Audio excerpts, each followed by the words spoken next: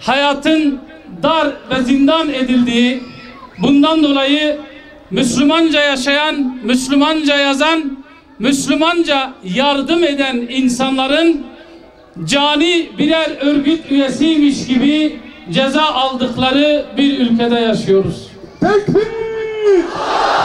Tekbir! Belki bir gün çocuğu ya da torunu soracak, bunu ne diye verdin diye.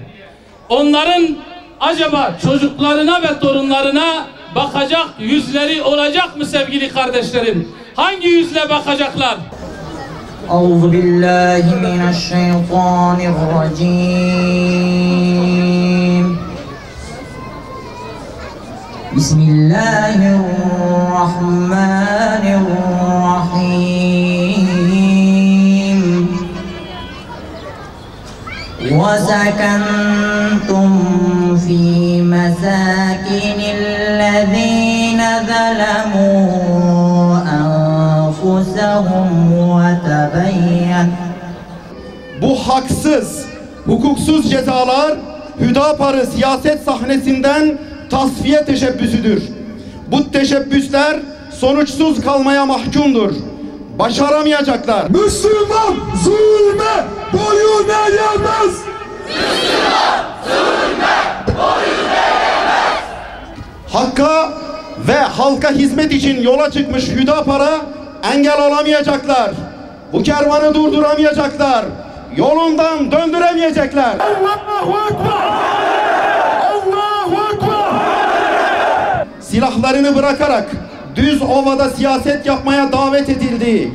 Barışın ve helalleşmenin konuşulduğu bir süreçte elinde silah olmayan ve aktif siyasetin içinde olanların cezalandırılmasını çok değerli halkımızın takdirine sunuyoruz. Hüdapar'a uzanan eller kırılsın! Hüdapar'a uzanan eller kırılsın! Hüdapar'a uzanan eller kırılsın! Daha önce İslami STK davasında aralarında partimiz Adana Seyhan İlçe Başkan Yardımcısı Mehmet Aktaş ile Adana Umutdere Eski Başkanı Selahattin Aydın'ın da bulunduğu 5 kişiye Adana 7. Ağır Ceza Mahkemesi tarafından verilen toplam 37 yıl. Zalimler bir için yaşasın cehennem! Zalimler bir için yaşasın cehennem!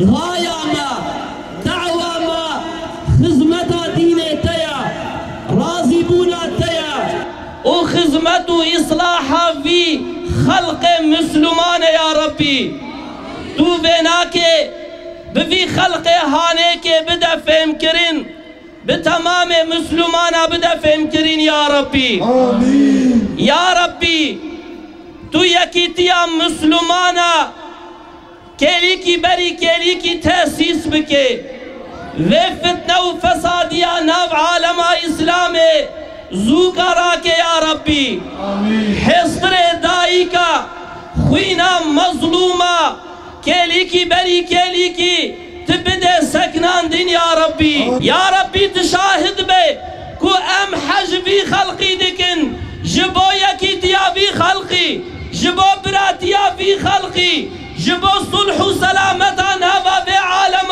هانه که ام دخوازن خدمتکی بکن